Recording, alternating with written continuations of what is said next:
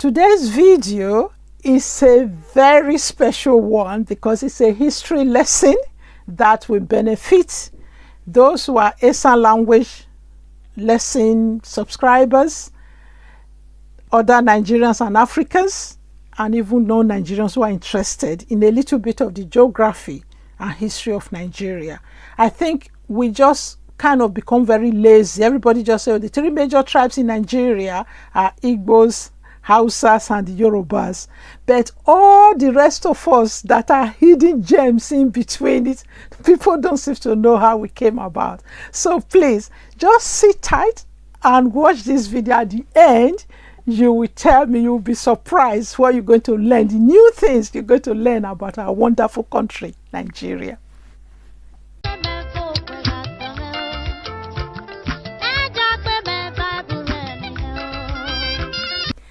Hello everyone, my name is Mabel and I'm popularly known on my channel as Auntie Mabel.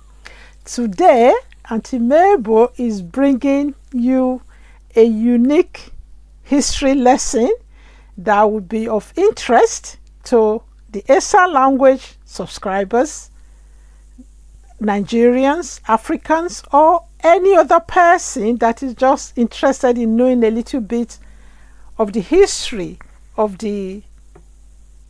Nigerian people, especially the history of some of the non-three major tribes of Nigeria. So this is very important. Let me just try and go straight to the point. This video, it just came about. The idea behind this video is to address some of the questions that have been asked recently on different platforms.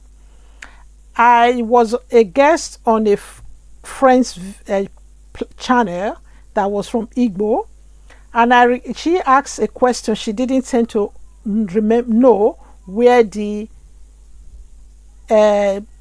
these tribes that actually make up the current Edo State.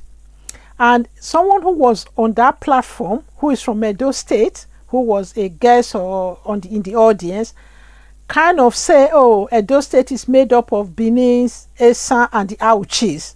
And I just said, no, that is not all of it. You know, Auchi is just a part of Esako. And also, I had a guest on my channel who is from Yoruba and who appeared not to have heard of Esan before. And I just said, it just dawned on me, and I was having a conversation with a subscriber who has now become a friend. She's actually a European, she's from Switzerland, but she was even more interested in the history and geography of Nigeria than many of us, history and geography of Nigeria than many of us who are actually from Africa or from Nigeria in particular, or even from within our own state and our own region. So this is why I just feel I should do this brief history lesson. And I did promise anyway, when I started this channel, if you go back to the first introductory video, I did say a bit of history and geography will be thrown into the language learning, the language lessons as we go along. So take this. I think I just feel I should just do this video now to address, now that these questions are kind of hot in my mind. So this is what is informing this video today. So where do I really start from?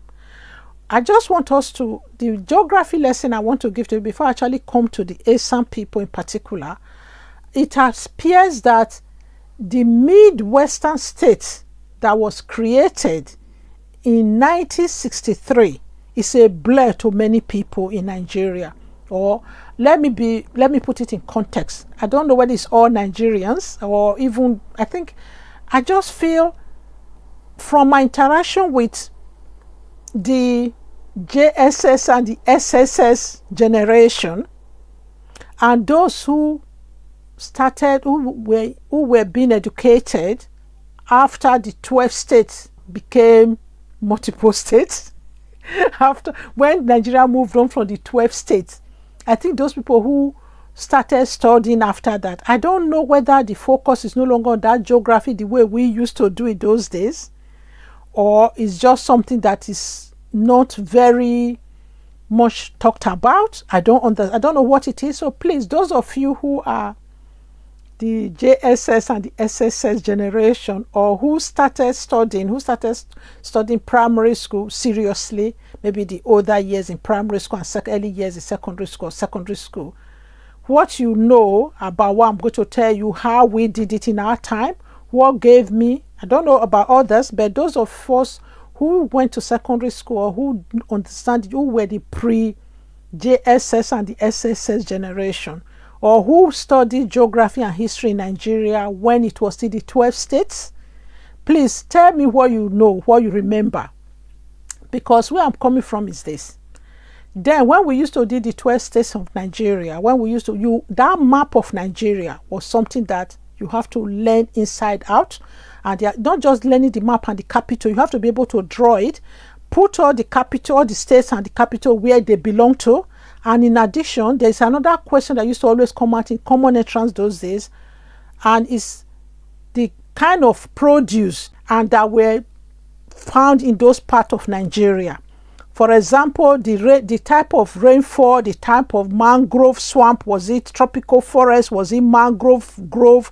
Oh, you know what I mean. Those of you who were that, you tell me what you remember very well. So that moved me onto the old Benin State, the Edo State, or the Midwestern State, which later became Benin State. And for those of you who know the Midwestern region, that later became Benin State. So those of you who remember that map, those of you who grew up in that state, because you have to do the general Nigeria map and the geographical location and that, you still have to do your own state again and know all the different locations, all the different major tribes within that state, and what produce and cash produce that are found in those areas as well. It was a very serious business, Without those topics, if you can't do them, you will fail major exams then. So I don't know if this history is still being taught in Nigeria. If it's not, it's something I think we should revisit. We really need to understand our history and our geography and of our own nation and of our own state in particular, So what I'm going to say, first of all, the Midwestern state, many people don't remember or they don't know. We had the three major regions: the northern, the eastern. The northern obviously mainly made up of the Hausas, and the eastern the Igbos, and while the western were the Yorubas. But in 1963, the Midwestern region was created, and that Midwestern region remained intact until 1991. However, in 1976, it changed the name from Midwestern region to Benin State. And that old Midwestern region, which later became Benin State in 1976, and remained intact until 1991 when it was split into two, the Edo State and the Delta State. So let me also tell you a little bit more. When it was the Midwestern State, or when it became, and it still became Edo State in Benin State in 1976, it was made up of three major regions, which were the Benin, which is the Edo, and which I will explain later on, which part of that Edo then were the Esans, the Esakos, and all the others. Then the other region were the Urobos, the Delta region then. So while you have the others, we call the Bende Igbos then. The Bende Igbos at the time were the area we called, there were two main local governments at the time, which is the Ika and the Aniocha local government. Where one of the Ika was Agbo, was their headquarters, while the Aniocha or Shimili local government, they later started splitting them all up. That was the Asaba side of it. So please, I know I'm saying some of these things from memory. So those of you of the old school like me, try and remind me what you remember of this, your knowledge of geography and history of our beautiful country and our state or our region. Those of us from the big regions. And obviously, let me also go to the deltas then, where the Urobos, the Shekiris, the Jaws, then they have the Kwale as well, the Sokos. So please, if I forget anyone, bear with me and pardon me, and we have to do this geography together. And I think it's a very important part, because many of us are neglecting it. If we are neglecting, how can we even teach it to the younger generation? When it was split up in 1991, the then Bendel State was now split up, because I know that the Bendel Igbo that we used to develop, properly known as the Bendel Igbo, who are now the Delta Igbos, then it became Delta State and Edo State. Then that brings me closer home now. So then within the Edo State, we have the Benis, which is the major part, which they are the grandfather, they are the bigger part, and that's where part of it is where the Benin City is. Why Benin City is the capital. Benin City was even the capital of when it was the Western region. It was still the capital when it was the Bendel State at the same time. Okay, so within the Edo State, the current Edo State, that's where you have the Benis, and just further down from the Benin, then you branch into the Esans, then you branch the other way to the Owans, then you continue on to the Esakos, then up to the north, you come to the northern part, you come to, that's the northern part of the state, not the northern part of the country. You come to the Akoko Edos.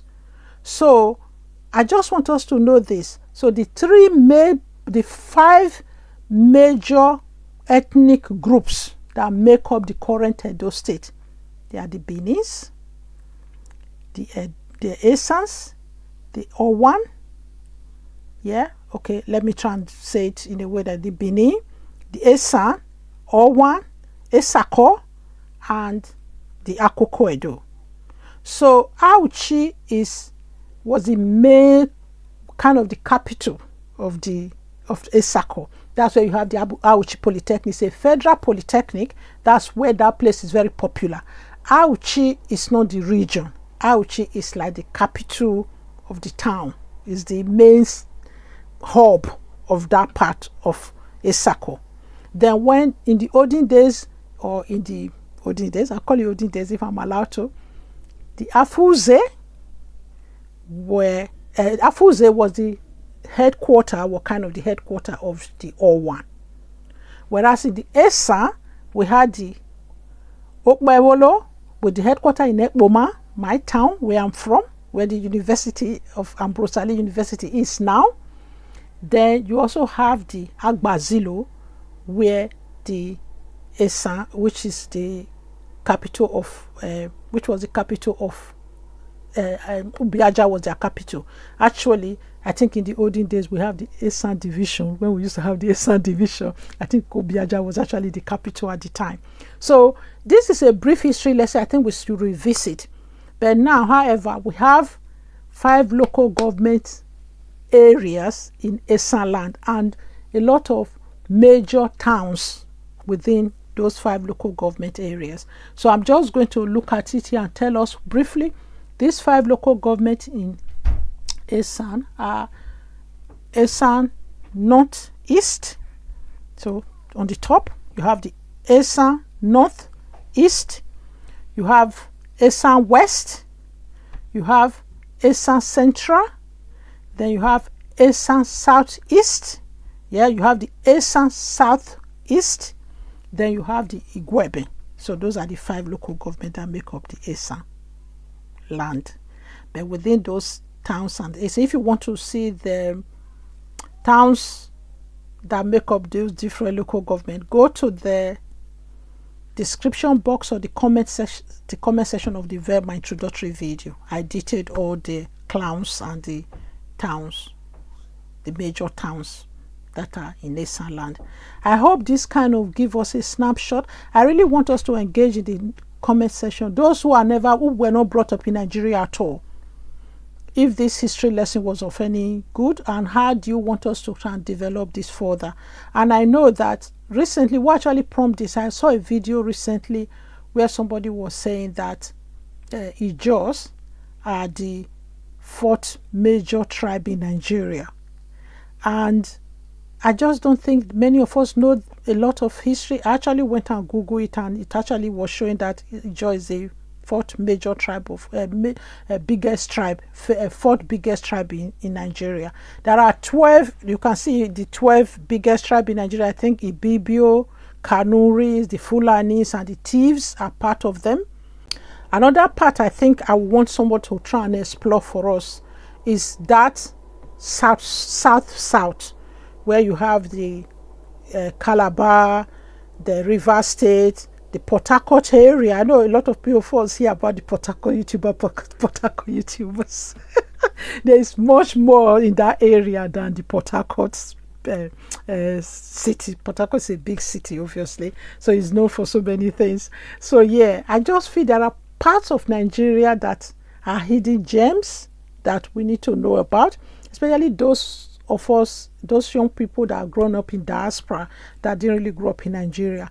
I think we should promote this history and geography of Nigeria a lot more than we are doing right now. So please, I hope that makes sense what I'm trying to say.